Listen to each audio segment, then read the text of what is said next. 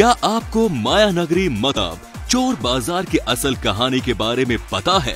क्या आपने painting Mona Lisa में छुपे रहस्य के बारे में सुना है? या फिर क्या आपको पता है कि इंसानों के भी पूंछ हुआ करते थे?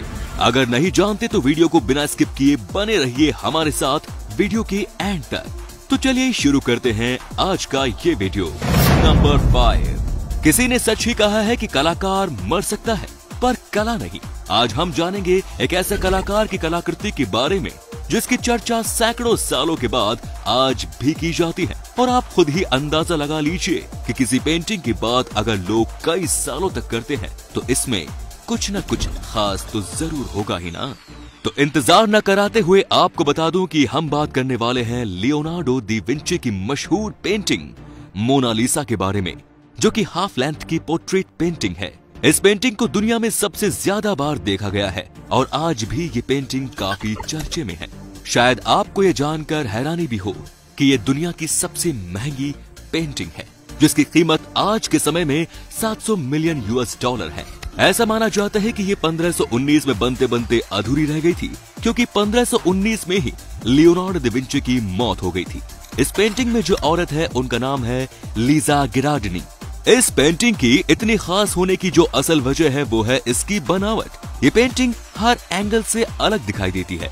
इस पेंटिंग में इटालियन भाषा में कुछ लिखा हुआ है जिसका मतलब है द आंसर इज हियर, लेकिन आज तक इस लाइन का असल रहस्य नहीं समझा जा सका और आज ये पेंटिंग फ्रांस के ल्यूव म्यूजियम में रखी गई है। नंबर 4। दोस्तों, क्या आपने कभी ये सोचा है कि आखिर दुनिया के 90% लोग राइट हैंड से ही क्यों लिखते हैं? दरअसल इसके पीछे भी बिल्कुल एक सिंपल साइंस का खेल है और इसमें सबसे बड़ा रोल प्ले करता है हमारा ब्रेन। जैसे कि हम अगर किसी चीज को सीखते हैं या पढ़ते हैं तो हमारे ब्रेन का लेफ्ट साइड काफी ज्यादा एक्टिव हो जाता है, और जैसा कि हम सभी जानते हैं कि हमारे ब्रेन का लेफ्ट पार्ट हमारे राइट हैंड को कंट्रोल करता है। इसी वजह से हम में से ज्यादातर लोग राइट हैंड से ही लिखते हैं। बाकी तो मैंने बता दिया, अब आप ये बताइए कि वो लोग जो लेफ्ट हैंड से लिखते हैं आखिर उसका राज क्या है? अगर नहीं जानते तो अगली वीडियो में इसका भी राज मैं जरूर बताऊंगा। आपसे तो पूछना मैं भूल ही गया, आप किस हाथ से लिखते हैं? कमेंट्स में बताना बिल्कुल मत भूलिएगा। नंबर 3। क्या आपने कभी इस पर गौर किया है कि लगभग सभी जीवों के पूंछ होती है? जैसे कि बिल्ली, मछली और ज्यादातर रेप्टाइल में भी होती ही है। लेकिन क्या आपके मन में कभी ये सवाल नहीं उठा कि आखिर में इंसानों के पास पूंछ क्यों नहीं होती?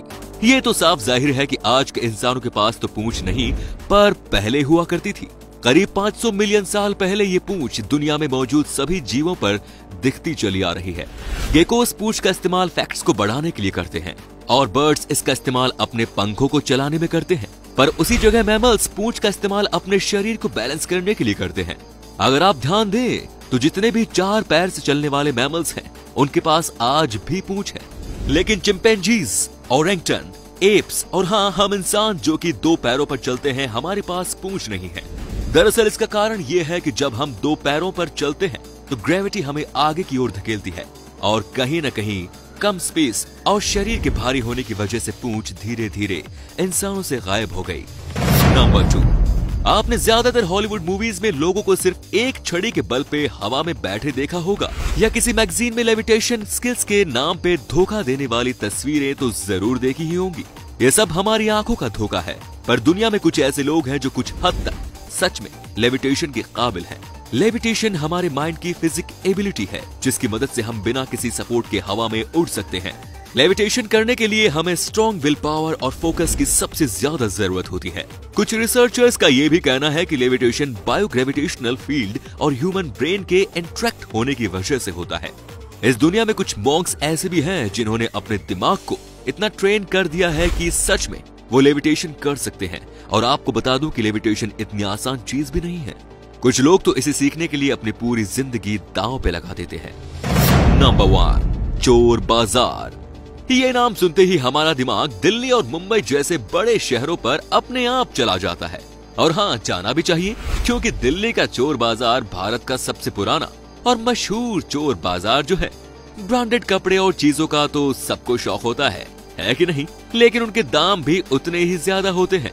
पर चोर बाजार जैसी जगहों पर बड़े से बड़े ब्रांड की चीजें बहुत ही सस्ते दाम पर आपके इंतजार में बैठी हैं।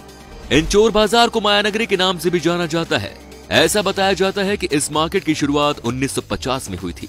शुरू में चोर मार्केट सिर्फ शुक्रवार के दिन ही लगा करता था, लेकिन अब आजकल तो हर दिन लगता है। आपको यहाँ एक छोटे से पिन से लेकर बड़ी बड़ी चीजें बहुत ही कम दाम पर आराम से मिल सकती हैं, पर यहाँ काफी भीड़ भी होती है। और जैसे कि ये मार्केट ही है चोरों का, तो वहाँ जेब भी बहुत तेजी से कटती है। यहाँ तक कि चोर मार्केट के बारे में ऐसा भी कहा जाता है कि पुरानी से पुरानी मतलब प्राचीन चीजें भी बहुत आसानी से मिल जाती हैं, जैसे कि पेंटिंग्स और भी बहुत कुछ। तो दोस्तों, वैसे आपसे तो पूछना मैं भूल ही गया, इस चोर बाजार के बारे में इतना सुनने के बाद क्या आप एक बार यहाँ जाना चाहेंगे या नहीं? कमेंट्स में जरूर बताएं। तो दोस्तों, वीडियो में बस इतना ही। यदि आपको ये वीडियो अच्छी लगी तो लाइक कीजिए, शेयर कीजिए और वीडियो में आपको सबसे ज्यादा कौन सा पार्ट पसंद आया कमेंट में बताइए। धन्यवाद।